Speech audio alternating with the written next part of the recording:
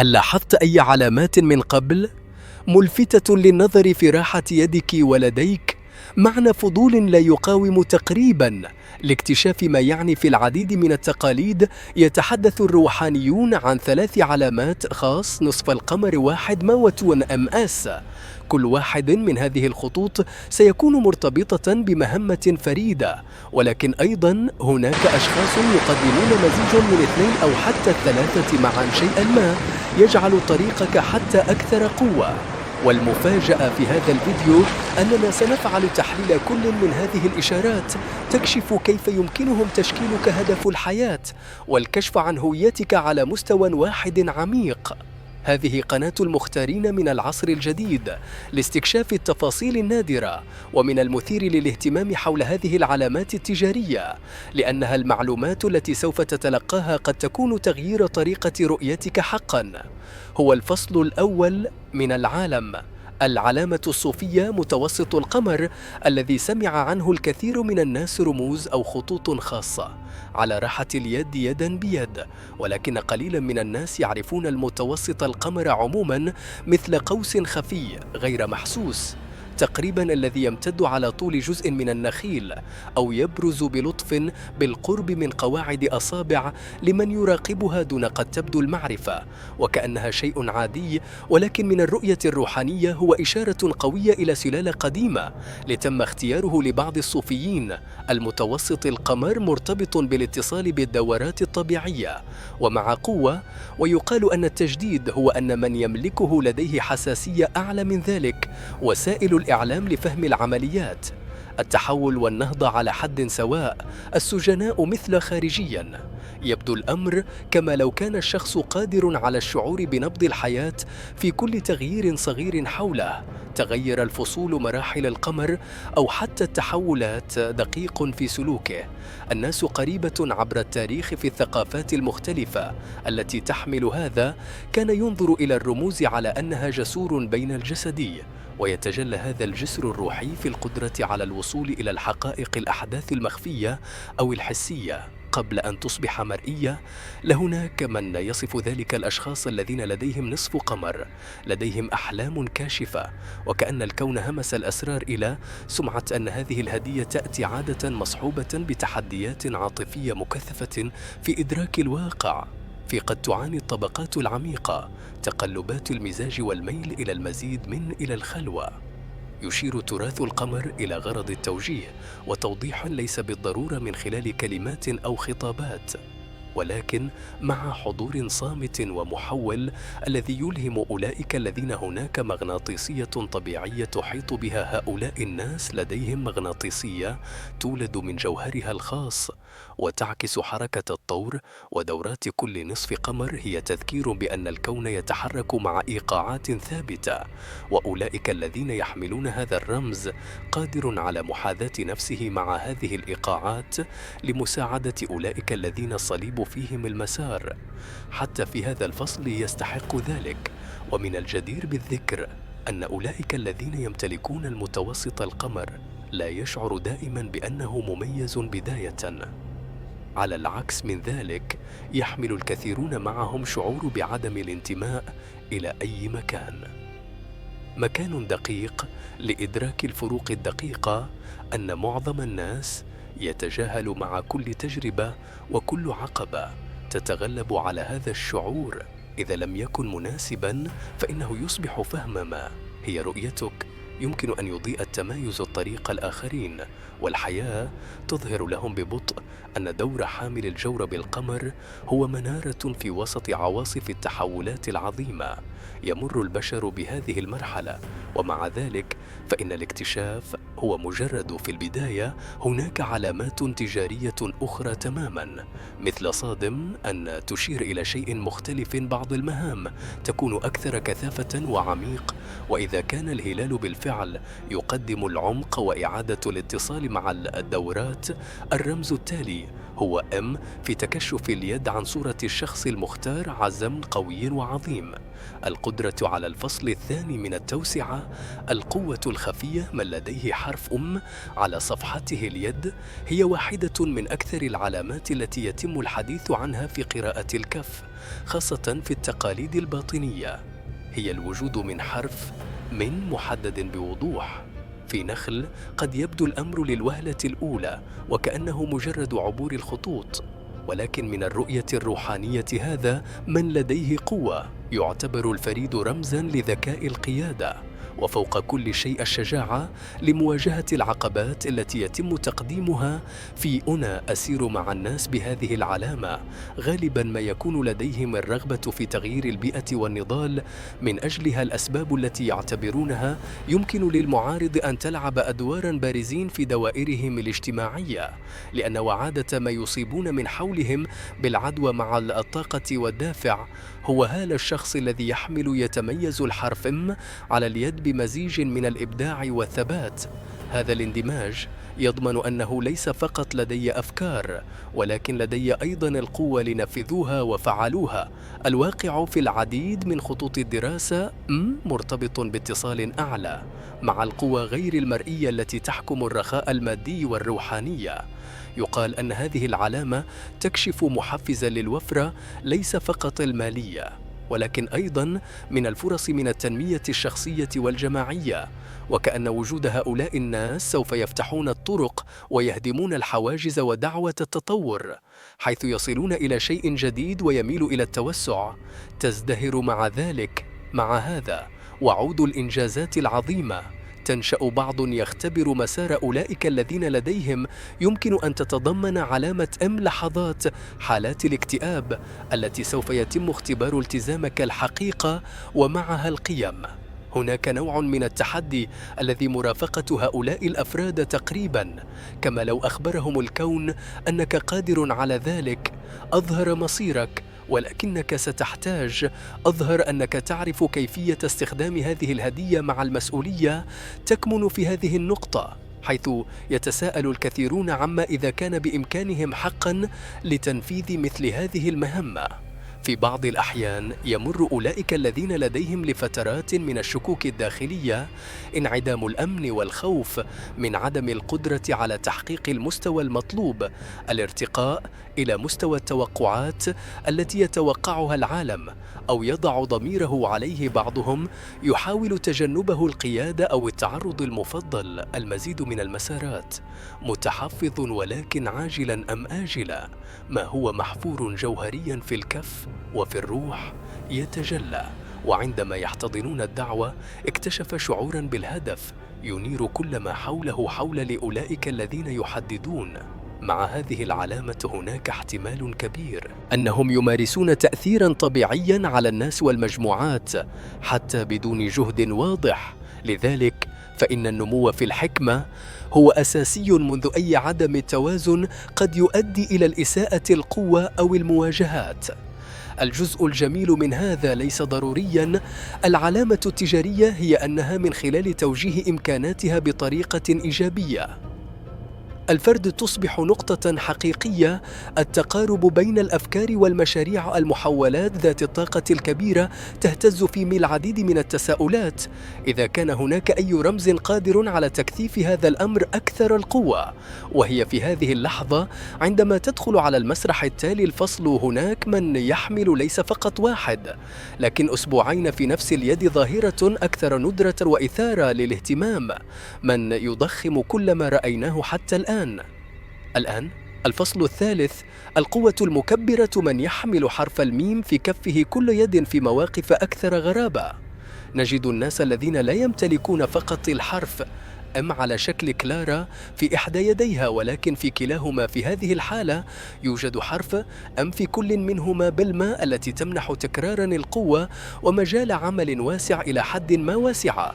إذا كان أولئك الذين يرتدون ما واحد فقط لديهم قدرة كبيرة على القيادة والإبداع والتصميم، أولئك الذين يحملون هذه العلامة في كلتا اليدين تحملان حمولة طاقة أقوى ومتعدد الأوجه. يعتقد البعض أن هذا يرمز إلى التوازن بين القوى متكاملان، بينما يد واحدة يعكس الفعل في العالم الخارجي.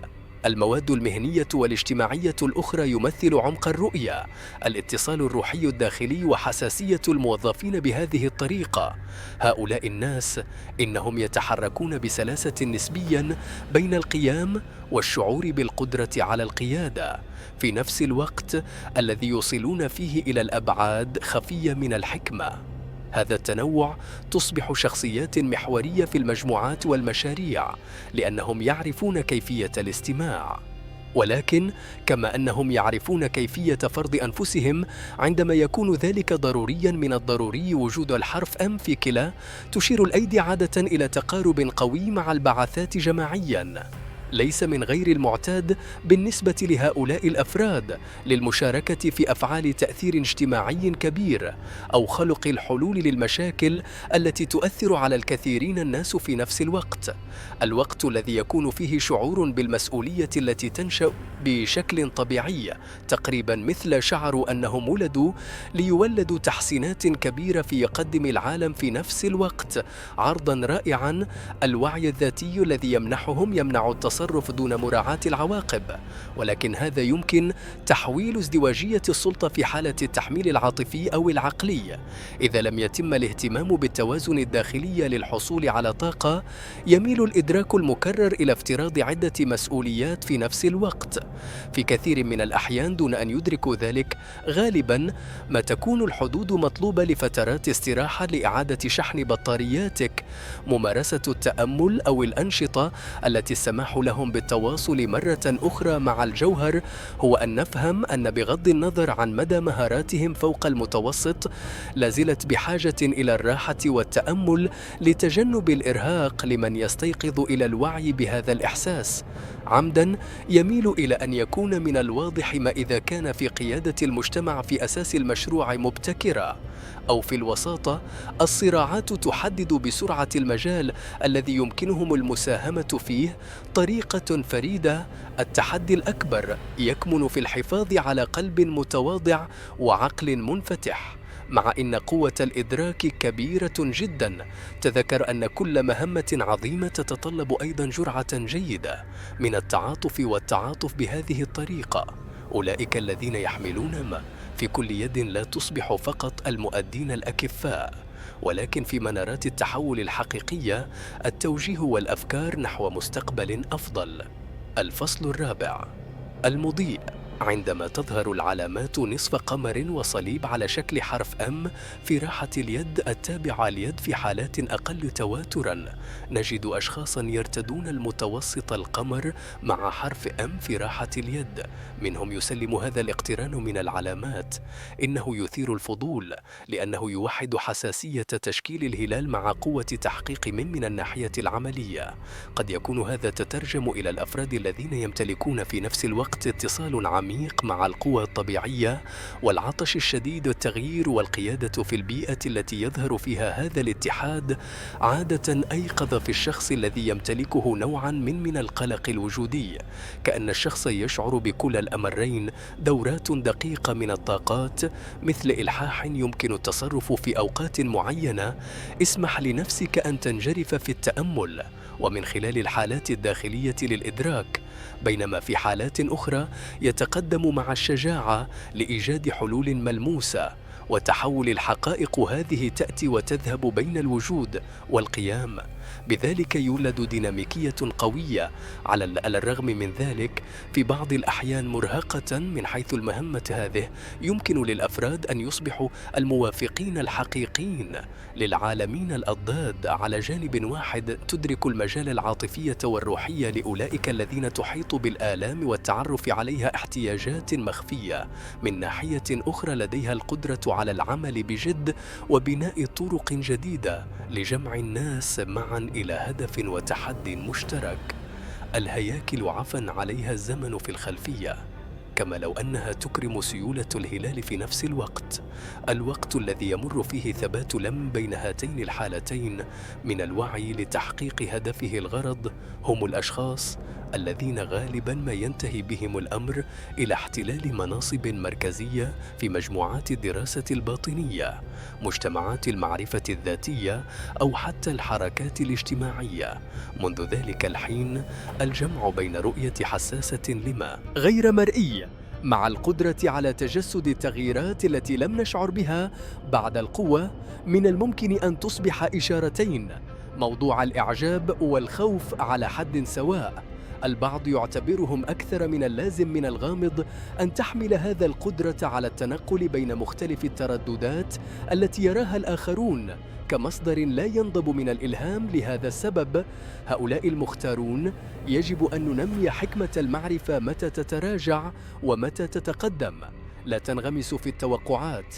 يتعلم الطلاب الخارجيون كيفية جمع أنفسهم للحفاظ على الاستقرار الداخلي، مهمة بقدر أهمية العمل في العالم، وإلا فإنهم يتعرضون للخطر من فقدان الاتصال مع الذات الجوهر، وأولئك الذين يختبرون الاندماج من طاقات الهلال والقمر إنهم يدركون أن هذا الجوهر دقيق، وهي ضرورية لتحقيق المهمة التي لقد جاءوا إلى للعب في هذا السياق. ينشأ هناك احتمال آخر من ال نصف القمر وأثمي متر في يديه نادرة من بين الندرات. هذه الحالة خاصة جدا لدرجة أننا يؤدي إلى دراسة منفصلة، حيث شدة كل ما رأيناه حتى الآن وصل إلى مستوى الفصل الخامس المتفوق الطريق المتطرف الهلال و8 متر في الأيدي. عندما نتحدث عن الحصول على المتوسط القمر مع 2 مكسن، دخلنا في تقريبا الإقليم أسطوري وفقا للقصص القديمة المدارس الباطنية. هذا المزيج يشير ليس فقط إلى مستوى مرتفع جدا من الحساسية والقيادة، ولكن أيضا مهمة عظيمة قادرة على تأثير كثير من الناس على نطاق واسع بشكل عام. ندرة هذا التكوين متطرف للغاية، لدرجة أن بعض العلماء يزعمون أنهم وجدوا حالات قليلة جدا في عقود من الزمن. البحث في الممارسة العملية، هذا يعني قدرة كبيرة على الحركة بين المرئي والمرئي، اتصال غير مرئي مع الطاقات الدقيقة ودورات الحياة. سمة الهلال لا تجد واحدا فقط، بل 2 قنوات قوية للتجلي، 2 ويمكن التعبير عن ذلك بالقدرة روحاني طبيعي جدا وملفت للنظر لدرجة أنه من المستحيل تجاهل ذلك. إذا لم يفعل الفرد ذلك يطور النضج والتوازن الداخلي احتمال الانجرار إلى تزايد الاتجاهات المتضاربة. بعض الناس إلى حد كبير الذين وأفاد أولئك الذين يمتلكون هذا المزيج أن منذ سن مبكرة جدا شعروا قد يكون هناك تجارب مختلفة. الظواهر لا يمكن تفسيره بعد استشعار الأحداث قبل حدوثها أو ملاحظتها، أنه بغض النظر عن مكان وجودهم لقد جاء الناس إليهم بشكل طبيعي. بحث عن التوجه يحدث هذا لأن يلتقطها الآخرون دون وعي القوة الروحية الكامنة المنبثقة من هؤلاء الأفراد. من ناحية أخرى الذين يحملون أحصل على أكبر عدد ممكن من مفاتيح الطاقة. أشعر بالإرهاق من الكمية من المعلومات والعواطف، التزامنات التي أدرك أنه ليس من غير المعتاد بالنسبة لهم أن يمروا بذلك مراحل العزلة تقريبا مثل الانسحاب الداخلي لمعالجة كل شيء. بعض الخبرة في استخدام هذه فترات لدراسة أساليب التأمل ومعرفة الذات والحماية. نشيطاً مدركاً أنه تعمل الحساسية مثل الهوائي التي تلتقط ترددات عالية جداً. بدون هذه الرعاية سيكون الحمل الزائد واسعاً، يمكن أن يؤدي إلى اختلال التوازن عاطفية أو روحية خطيرة. على الرغم من تعقيد هذا الأمر، الطريقة التي يكون بها جوهر هذا المزيج هو مهمة كونها أداة التغيير في العالم من خلال دمج الأفضل. عقد رمز لهذا السبب الدرس العظيم لأولئك الذين يمتلكون نصف القمر والاثنين، إنه يتكون من إيجاد طريقة لتوحيد كل هذه القوى داخل نعم أنفسهم. الاندماج المثالي بين الحساسية والشجاعة والحكمة العزيمة تجعل هؤلاء الناس جسور حية حقيقية قادرة على توجيه العديد نحو التحول الداخلي، وبالتالي جماعياً.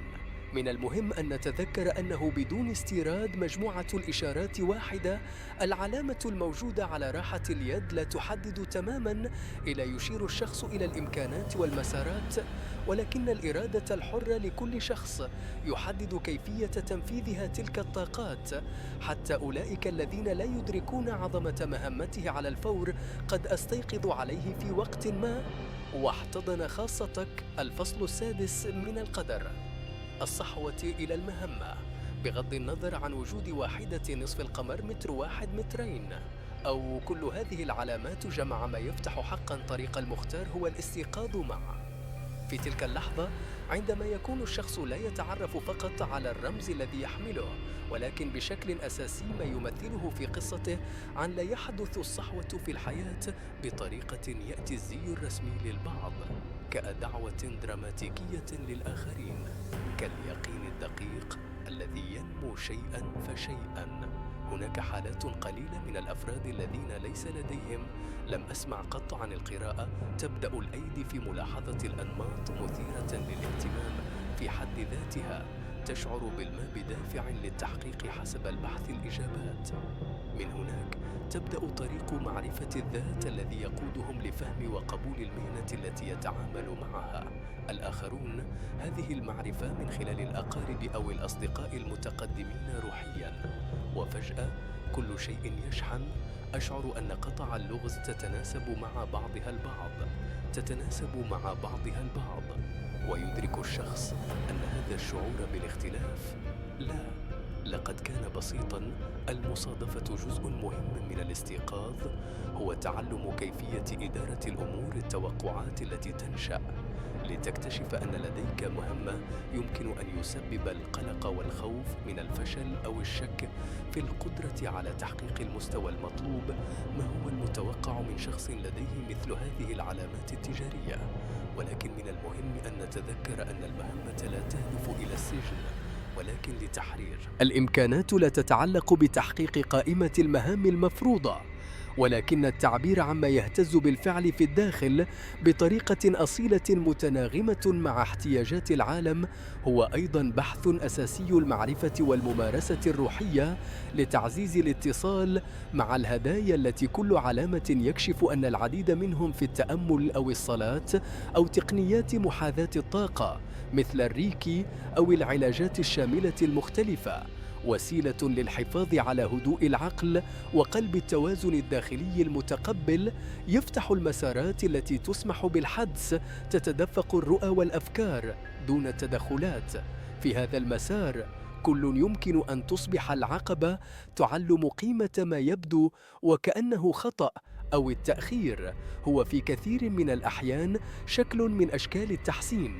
فهم الذات القدر مع تقدم الصحوة يدرك المختار أنه ليس حينها فقط تظهر علامات أخرى على الناس، ويبدو أن المسارات ادعم هذه الشبكة من الاتصالات الروحانية أصبحت أقوى التجارب الفردية تساهم في تطور هدف أعظم توحيد القلوب والعقول حول البعثات.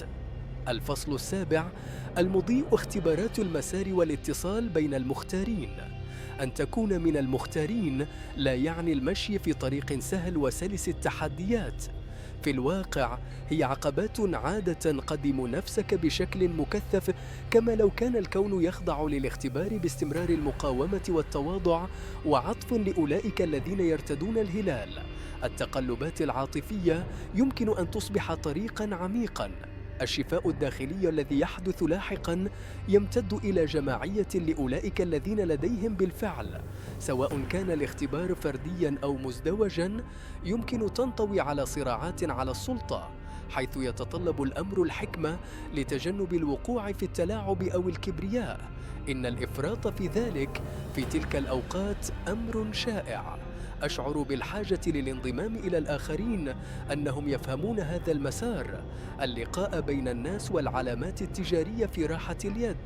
لا يحدث ذلك دائما بطريقة ما. التخطيط ينشأ أحيانا من خلال مصادفات تبدو وكأنها منظمة بواسطة القدر. عندما تحدث هذه اللقاءات يتم تشكيل تآزر يعمل على تقوية تطور كل شيء، كما لو أن كل رمز يكمل الآخر، مما يؤدي إلى توليد دائرة النور والحماية.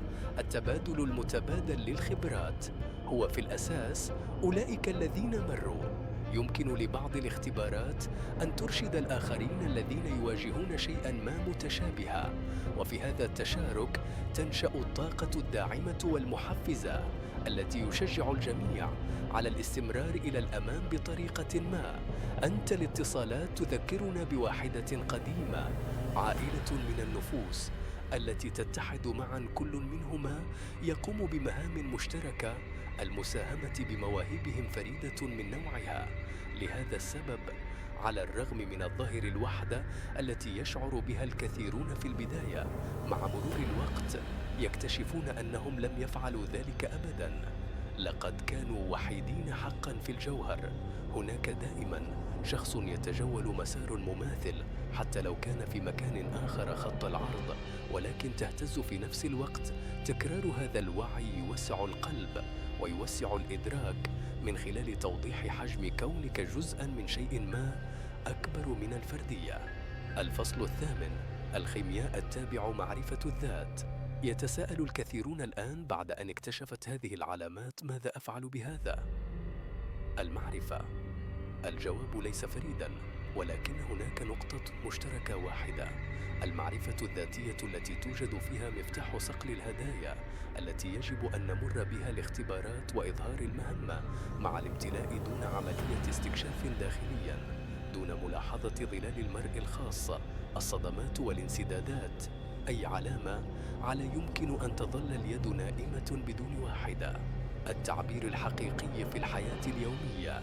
تبدأ الكيمياء الداخلية عندما نحن نواجه نقاط ضعفنا، ونبدأ في إدراك أننا المسؤول عن تشكيل حياتنا الخاصة. الوجود.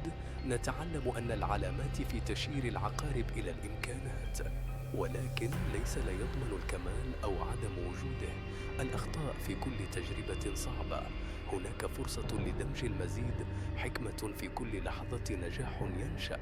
يجب أن نمارس التواضع، لأن من يتلقى هدية خاصة أيضاً افترض الالتزام باستخدامه مع الاستقامة والصمت الداخلي وممارسة مستمرة من نوع ما.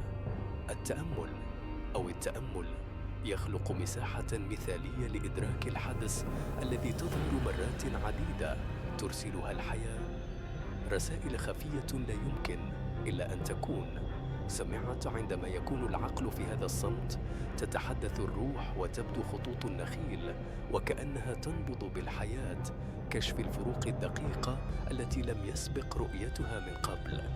لقد أدرك بعض الناس أن ومضات من الحدس يشعر بها الآخرون قشعريرة أو مشاعر محددة عندما فكر في شيء معين.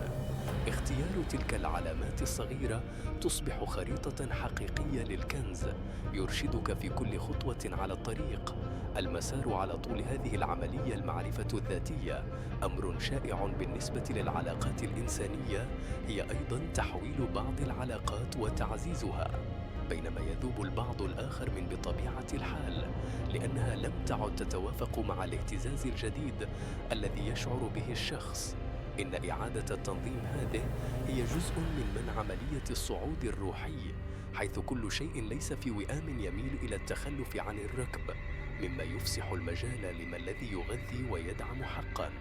الفصل التاسع من مسار الاتحاد العظيم بين الثلاثة الأنواع التي من المهم للغاية فهمها أن الأنواع الثلاثة من المختارين لا يتنافسون فيما بينهم.